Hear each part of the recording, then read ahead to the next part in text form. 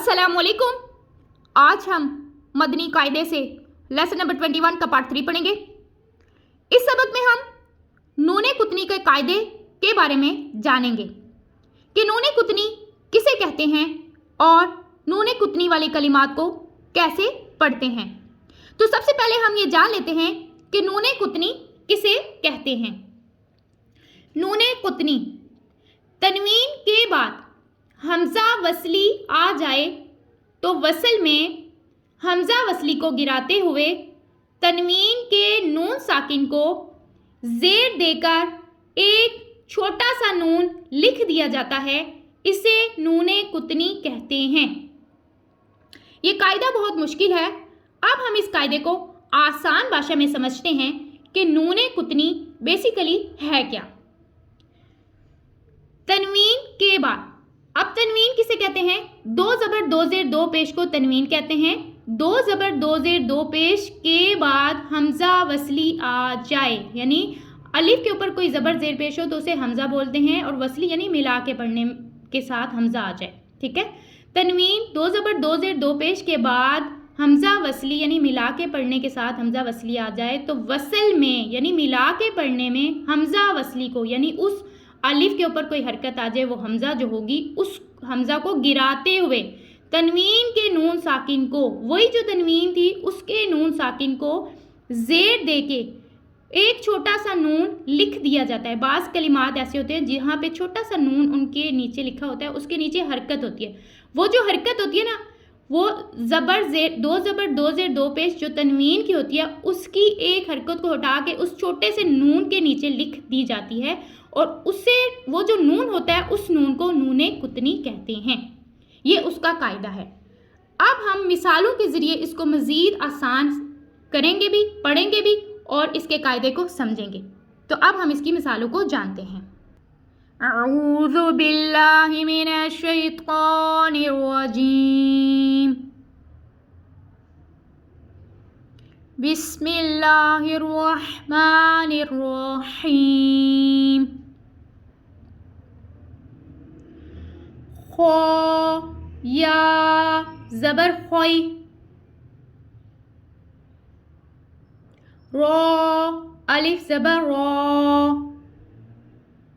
खोई रो, नून लाम ज़ेर निल, खोई रो निल, वाव ज़बर वा, खोई रो निल वा, स्वाद या ज़ेर सुई, खोई रो निल वसी, या ज़बर या, खोई रो निल वसी या, ता पेश तू, खोई रो निल वसीयतु, खोई रो अल वसीयतु। अब यहाँ पे हम इसको समझते हैं। देखें, खैर निल वसीयतु, इसकी अलामात को भी हम जानते हैं क्योंकि ये सबक वक्फ के बारे में है और उसकी अलामात के बारे में है। तो वक्फ का मतलब होता है ठहर जाना, रुक जाना। ठीक है। और अलामात कौन सी हैं? सबसे पहले ऊपर देखें सल्ले लिखा हुआ है। सल्ले का मतलब होता है मिला के पढ़ना, यानी यहाँ पे रुकना नहीं है, इन दोनों कलिमात को एक ही सांस में पढ़ना है। ना यहाँ पे ना सांस रोकनी है और ना ही रुकना है। अब यहाँ पे क्या करना है हमने, जब सल्ले के मुताबिक हम इसको पढ़ेंगे तो यहाँ पे हम इसको मिला के पढ़ेंगे, यानी नूने कुतनी को हम मिला के पढ़ेंगे। तो ये नूने कुतनी है, नून के नीचे छोटा सा जेर देके नूने कुतनी जो होता है, ये नूने कुतनी होता है। जेर देकर जो नून लिखा जाता है इस नून को नूने कुतनी कहते हैं। खैर निल वसीयतु, अब सल्ले के मुताबिक हम पढ़ेंगे तो खैर निल वसीयतु पढ़ेंगे, और उसके नीचे दूसरी अलामत जो है वो है जीम। जीम वक्फे जायज़ की अलामत है, यानी यहाँ पे ठहरना बेहतर और ना ठहरना भी जायज़ है। अब हम अगर जायज़ के मुताबिक चलेंगे यानी ठहर जाएंगे, रुक जाएंगे तो सांस और आवाज़ दोनों को खत्म कर देंगे। जब यहाँ पे रुकेंगे तो ये अलग कर देंगे कलीमा, और ये कलीमा अलग हो जाएगा। जब अलग हो जाएगा तो ये होगा हमजा वसली, यानी ये जो हमज़ा है यहाँ पे तो हमने क्या किया है कि हमने इस नून के नीचे जो ज़ेर है इसको लाम से मिलाया है, तो हमने इसको इकट्ठे पढ़ा दोनों कलिमात को। जब हम यहाँ पे रुक रहे हैं, ठहर रहे हैं, तो हमने नून को नहीं पढ़ना बल्कि अलिफ के ऊपर हमने यही जो यहाँ पे तनवीन था यानी इस दो ज़बर की एक ज़बर को उठा के नून के नीचे ज़ेर लगा दी गई है, ये नून कुतनी है। और ये जब हम मिला के पढ़ेंगे तो तब हमने ऐसे पढ़ना है। जब हम इस दो ज़बर कि एक ज़बर को हम हमज़ा के ऊपर ले आएंगे, अलिफ के ऊपर ले आएंगे तो हमज़ा बन जाएगा, तो फिर हम इन दोनों को अलग कर देंगे। जब अलग करेंगे, रुकेंगे, तो उसको पढ़ने का तरीका अलग है। कैसे है? खैर अल वसीयतु, यानी हम यहाँ पे रुक के ठहर गए हैं और सांस और अपनी आवाज़ और सांस दोनों को ख़त्म कर दिया। फिर यहाँ पे हमने दोबारा से इस कलीमे को अदा किया है। नेक्स्ट जो कलीमा है इसको भी हमने सेम ऐसे ही पढ़ना है। शीन या ज़ेर शी, बा अलिफ ज़बर बा, शी बा, नून सीन ज़ेर निस, शी बा निस, सीन ज़बर सा, शीबा निस्सा, मीम अलिफ ज़बर मा, शीबा निस्समा, हमज़ा पेश उ, शीबा निस्समाउ। वक्फ में ठहरने की सूरत में हमने इसको कैसे पढ़ना है? शीबा अस्समाउ, शीबा हम रुक गए, ठहर गए, सांस ली। उसके बाद नेक्स्ट कलिमा कैसे पढ़ना है? अस्समाउ, मीम पेश मुँह,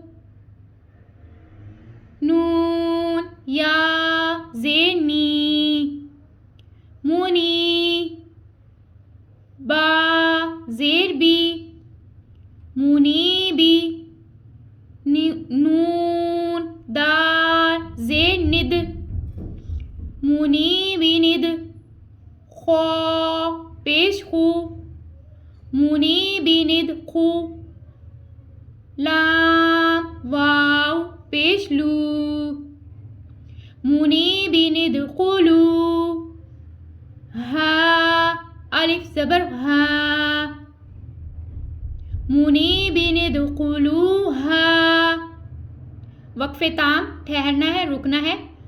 मुनीब उदखुलूहा। अब हम इनके कायदों को भी जानते हैं। अब यहाँ पे देखिए हमने क्या किया था कि सल्ले आया था तो हमने मिला के पढ़ा था, तो नूने कुतनी को अदा किया था यानी इसको पढ़ना था। और रुकने की सूरत में हमने यहाँ पे हमज़ा को इस कलिमे को अलग कर दिया, इसको अलग कर दिया है, तो हमज़ा को हमने पढ़ा है। यहाँ पे भी हमने सेम ऐसे ही पढ़ा है। अब यहाँ पे हमने चेंज किया है। कैसे चेंज किया है? यहाँ पे देखें अलिफ के ऊपर ज़बर आ गया था, यानी यहाँ पे अलिफ के ऊपर ज़बर है। ये भी अस्समाओ, अल वसीयतु अस्समाओ, यहाँ पे तो ज़बर आ गया, बट यहाँ पे क्या नई चीज़ है? यहाँ पे तो पेश आ गया। हमें कैसे पता चलेगा कि इधर ज़बर आएगा और यहाँ पे पेश आएगा? तो इसको याद कैसे रखना है? इसको इस तरह याद रखना है कि देखें यहाँ पे जब हम रुक रहे हैं, ठहर रहे हैं, तो हमने जो तीसरा लेटर होगा उसको देखना है। कौन सा तीसरा लेटर है? अब इसमें अब रुकने के बाद तीसरा लेटर देखना है। अलिफ एक, दाल दूसरा और खौ तीसरा है। खौ के ऊपर पेश है तो यहाँ पे फिर अलिफ के ऊपर भी क्या होगा? पेश आ जाएगा, तो फिर ये हमज़ा बन जाएगा। खौ के ऊपर पेश होगा तो तब यहाँ पे हमज़ा के अलिफ के ऊपर भी पेश होगा। अब यहाँ पे देखें, यहाँ पे तीसरा जो लेटर है वो कौन सा है? अब यहाँ पे देखें खैरुनिल वसीयतु। अब यहाँ पे देखिए अलिफ लाम और वाव के ऊपर ज़बर है तो यहाँ पे अलिफ के ऊपर ज़बर आएगा। अब यहाँ पे देखें वक्फ के बाद अलिफ सीन, अब यहाँ पे सीन के ऊपर तशदीद है। तशदीद वाले हर्फ को 2 मरतबा पढ़ते हैं। जब 2 मरतबा पढ़ेंगे तो देखें दूसरे सीन के ऊपर ज़बर है। जब हमज़ा सीन ज़बर अस एक सीन, फिर सीन ज़बर सा दूसरा सीन। अब यहाँ पे सीन के ऊपर ज़बर है तो यहाँ पे भी ज़बर ही आएगा। इसको याद ये रखना है कि अगर तीसरे हर्फ पर ज़बर होगा तो यहाँ पे ज़बर आएगा, अगर तीसरे हर्फ पे पेश आया है तो यहाँ पे इसलिए पेश आया है। नेक्स्ट मुबीन इक़्तुलू, वक्फ की सूरत में मुबीन उक़्तुलू, क़दीरुनिल्लज़ी, वक्फ ताम क़दीर अल्लज़ी, ख़बीरुनिल्लज़ी, ख़बीरुनिल्लज़ी, वक्फ की सूरत में ख़बीरु अल्लज़ी। अब यहाँ पे भी कायदों को समझ लेते हैं। अब यहाँ पे देखें मुबीन, अब यहाँ पे मुबीन नहीं किया तो यहाँ पे मुबीन क्यों किया है? क्योंकि हम यहाँ पे रुक रहे हैं, ठहर रहे हैं, वक्फ कर रहे हैं। वक्फ करेंगे तो आखिरी हर्फ को हमने साकिन कर देना है। जब आखिरी हर्फ साकिन हो जाएगा तो उससे पहले हमने देखना है कौन सा कायदा लग रहा है।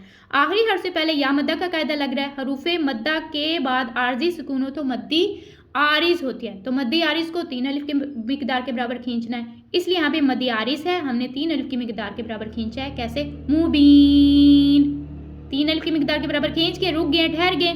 उसके बाद उक़्तुलू, पेश कैसे आया है? देखिए अलिफ कौफ और ता के ऊपर पेश है तो यहाँ पे भी पेश ही आएगा। नेक्स्ट क़दीरुनिल्लज़ी, अब यहाँ पे देखें वक्फ ताम, वक्फ रुकने की सूरत में यहाँ पे रॉ साकिन हो गया, रॉ साकिन होगा, उससे पहले या मद्दा, यहाँ पे भी हरूफे मद्दा के बाद आर्जी सुकून है तो मद्दी आरिस होगी। तो यहाँ पे भी इसको भी क़दीर 3 अलिफ के मिकदार के बराबर पढ़ के इसको यहाँ पे ठहर जाएंगे, रुक जाएंगे। फिर अल्लज़ी कैसे है? अलिफ एक लाम को 2 मरतबा पढ़ेंगे तो दूसरे लाम पे ज़बर है तो यहाँ पे भी ज़बर ही आएगी। ठीक है, क़दीर अल्लज़ी, ख़बीरुनिल्लज़ी। अब यहाँ पे देखिए अलिफ मद है, हम इसको खींच रहे हैं। उसके बाद निल्लज़ी, यहाँ पे भी देखें अलिफ और लाम को 2 मरतबा पढ़ा जा रहा है तो फिर दूसरे लाम पे ज़बर है तो यहाँ पे भी ज़बर ही होगा।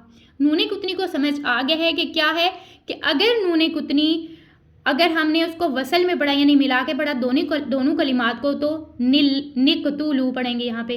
अगर हम यहाँ पे क़दीरुनिल्लज़ी ख़बीरुनिल्लज़ी हम ऐसे पढ़ेंगे। और अगर हम यहाँ पे रुक रहे हैं, यहाँ पे जो अलामात हैं, यहाँ पे ठहर रहे हैं, वक्फ कर रहे हैं, तो फिर हम इसको अलग कर देंगे और इसको अलग कर देंगे, यानी पहले कलमे को अलग कर देंगे और वहाँ पे जो कायदे लग रहे हैं उनको उसके मुताबिक अदा करेंगे। फिर उस दूसरा कायदा होगा उसको हमने कैसे अदा करना है मैंने बता दिया है कि अगर अलिफ के ऊपर हरकत कैसे आएगी कि हमने तीसरे हर्फ को देखना है, अलिफ लाम और लाम। यहाँ पे क्या है? अलिफ दाल और खौ। यहाँ पे क्या है?